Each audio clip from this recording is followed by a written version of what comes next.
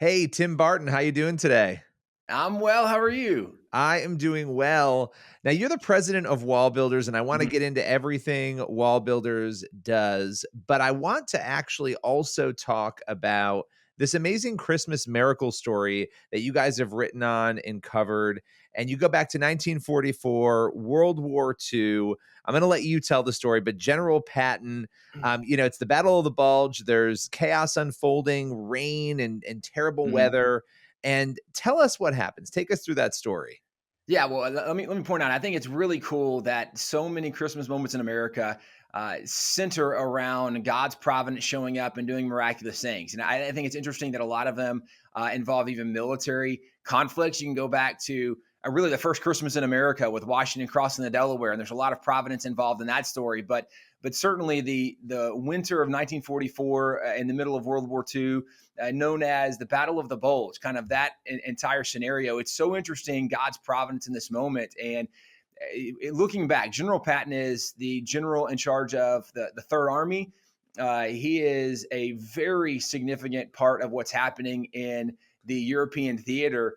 And at this point, after D-Day, the Americans really have the Germans, they have the Italians on retreat. The Americans essentially win every battle after D-Day, and so things are looking victorious. But the Germans recognize that the Americans don't do well when there's bad weather, and largely because the German tanks were superior to the American tanks, and the American tanks couldn't really fight as well if they didn't have air support and air cover. And the American Air Force, our planes were superior, and so we were able to bomb the German tanks, et cetera. But if we had bad weather, our planes couldn't get up off the ground. And so there was a lot of complicating factors, and the Germans knew this. And so Hitler said, hey, anytime there's bad weather, we are going to attack, we're going to advance, because the Americans will have a hard time defending against what we're doing. And the Americans really had the Germans kind of bottled in.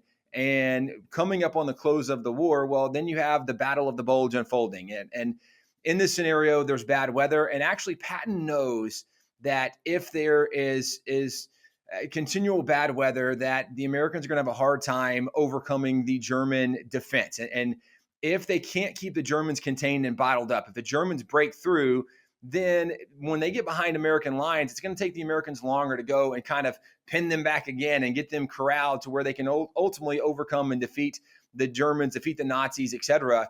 And so, in the midst of this, General Patton in December, knowing that this is coming, he calls in his chief of chaplains, General James O'Neill. And there's a couple very interesting accounts surrounding some of these details. And General O'Neill tells a story.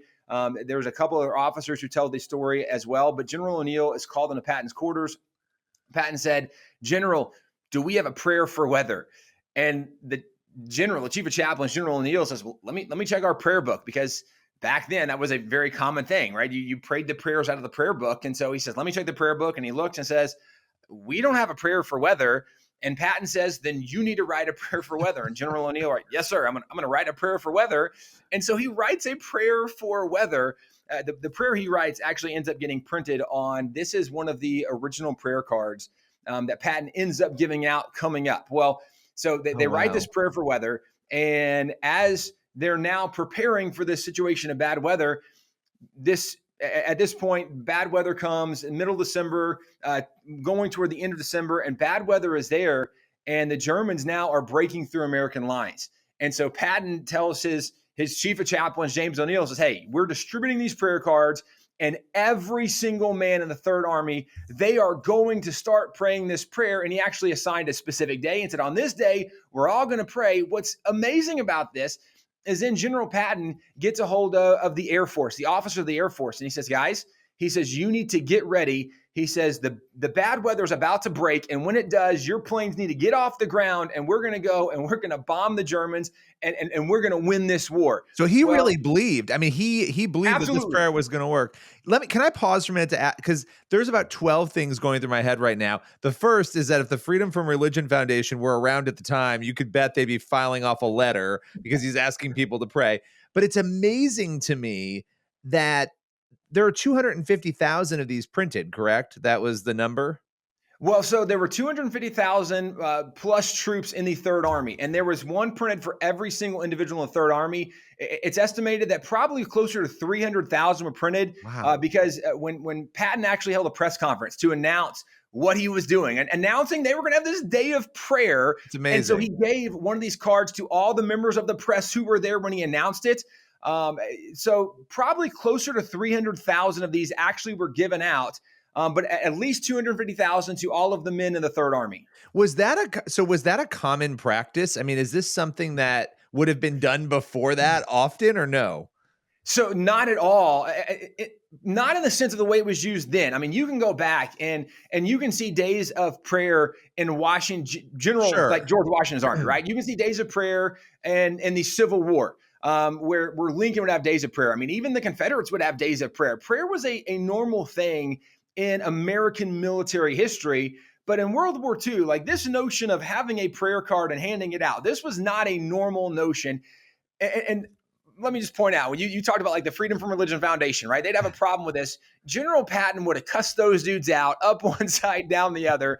General Patton was such an interesting dichotomy in some ways because he was very rough around the edges. If you read some of his writings, he would talk about the fact he said that whenever he'd speak before the men, he would intentionally use foul language and often use more cuss words than he would in his normal vocabulary because he thought that he needed to really help the men understand the seriousness of what he was saying. But then, but before this day of prayer, where he was going to have all the troops pray this prayer card, he actually went to a chapel, and there were several officers who were with him who actually wrote down what happened. He went into this chapel and he looked up and said, God, you need to give us good weather so that I can go and defeat the Germans for a present to your son on Christmas Day. Give me victory. This is what I want to give to you is defeating the heathens. And like, just has this prayer with God. And actually at the end of Battle of the Bulge, when they were victorious and they had a break in the weather and their planes get up and they're able to bomb the Germans and they ultimately win this battle, he goes back to the chapel and he says, God, he says, I feel like I need to apologize. He said, I think I was a little too rough. I was telling you what to do. He said, but I'm very grateful that you did give us good weather and we did win. And I just want to thank you for what you've done. Patton was so fascinating because he absolutely believed in God. He believed in prayer. And there's no Wow. doubt that God showed up. And this is where it's also interesting, right? Like he calls the Air Force in the middle of a storm, and the storm was predicted. The Germans and the Allied forces predicted this bad weather was going on through all of winter, through Christmas. Like this bad weather was not going to stop. But Patton called the Air Force and said, no, this is going to stop because we're praying and God's going to answer our prayers. And when he does, you need to get these planes off the ground so we can bomb the Germans and we can win this war. Patton knew that prayer was going to work. He knew that God was going to answer his prayers. And that's exactly what happened during the Battle of the Bulge.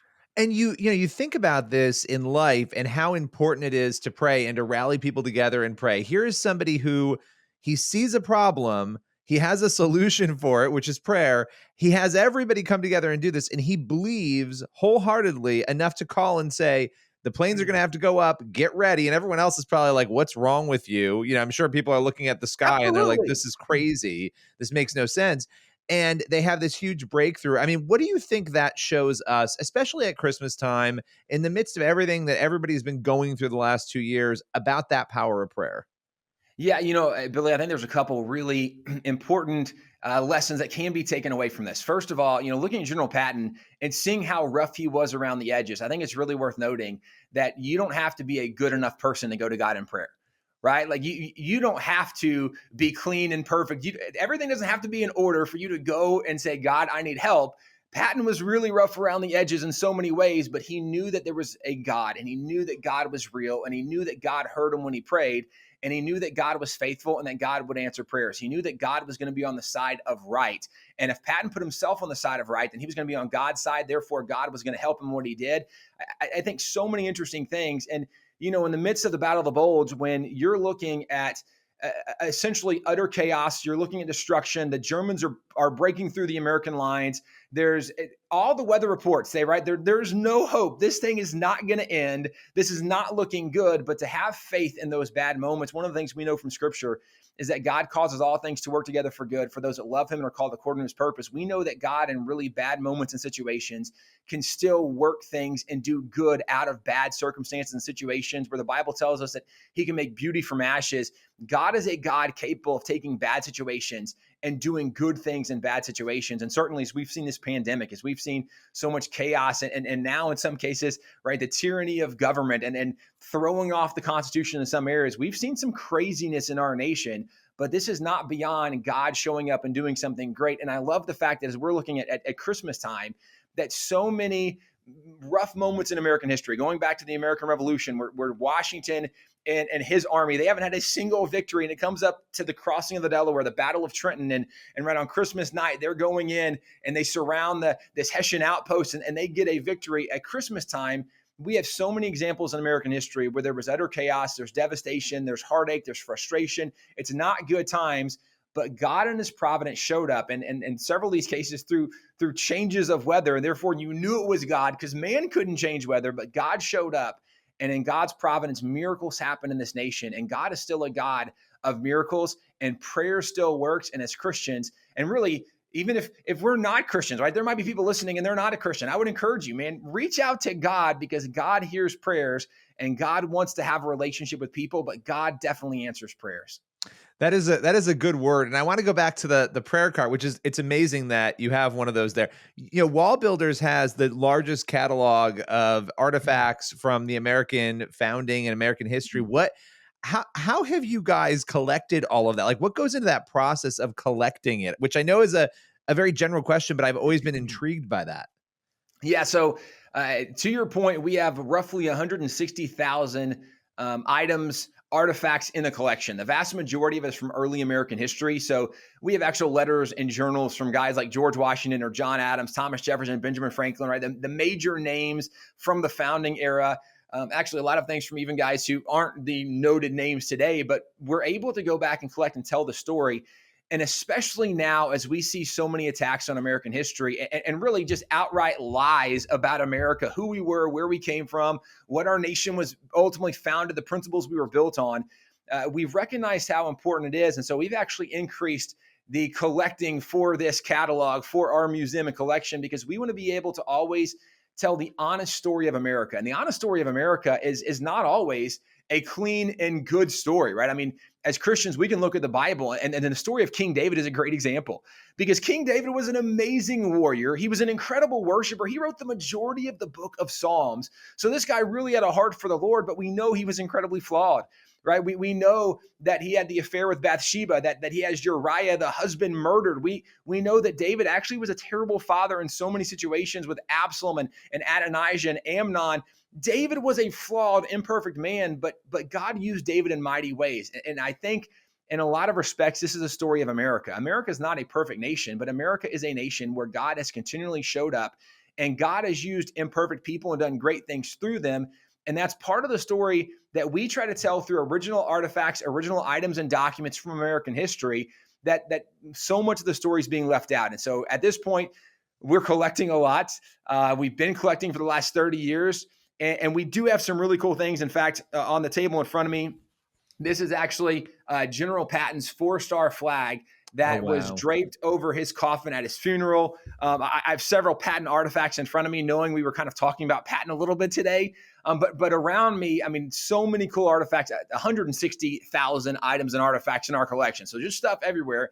So pretty much someone can pick a topic or almost an individual, and we will have things connected to that person or that story from American history. And that's what we try to use to tell the story of America, to help people understand the truth of American history. It's not clean, it's not perfect, it's messy at times. But what is very clear is that God showed up so often in the story of this nation, and God did great things, and through this nation helped advance the cause of freedom and equality around the world. And you've written the book, The American Story, which people could check out. Obviously, they can go and check Wall Builders out. Where's the best place for people to go to support you guys? So wallbuilders.com is the best place to go because pretty much everything we do is located there. We have a daily radio program. We're all over social media. There's a lot we're doing every single week, and we have a lot of resources, a lot of free articles that people can go and they can read, they can download. A lot of these artifacts we actually have scanned and have high-res images up. Some of these early letters and documents, people can go and read some of these early prayer proclamations from George Washington or John Adams, Thomas Jefferson, John Hancock, et cetera. So a lot of stuff on our website. And then a lot of resources as well. Like you mentioned, the book, The American Story, where if people really want to learn more about the true history of America, we start with Christopher Columbus and go roughly to the ending of slavery in America. So it's a great way for people to kind of get a big picture image of America. Again, it's not a clean story all the time. There are some really bad, wicked, evil moments, but there's a lot of really miraculous divine moments as well. And so the American Story is a great resource for people who want to know more about the true history of America. And that's amazing because, being honest about our history is an important thing. And human beings are sinful. There's going to be sin, Yes. when there's a human, there's going to be sin. And so I think that this is a conversation that the country is having right now in so many different ways. And I love how you're confronting that and talking about it. It's so easy to throw the baby out with the bathwater and say, oh, these bad things happened. So America had no purpose. There's no, I mean, and all of us a lot of us are living the American dream. And there's so many people who come here to do that Yeah. because there is an amazing facet of who we are, as Americans and of our history. So I appreciate what you do. And for sharing that Christmas miracle story is just so amazing. Thank you for your time today. Billy, my pleasure. Thanks for having me on.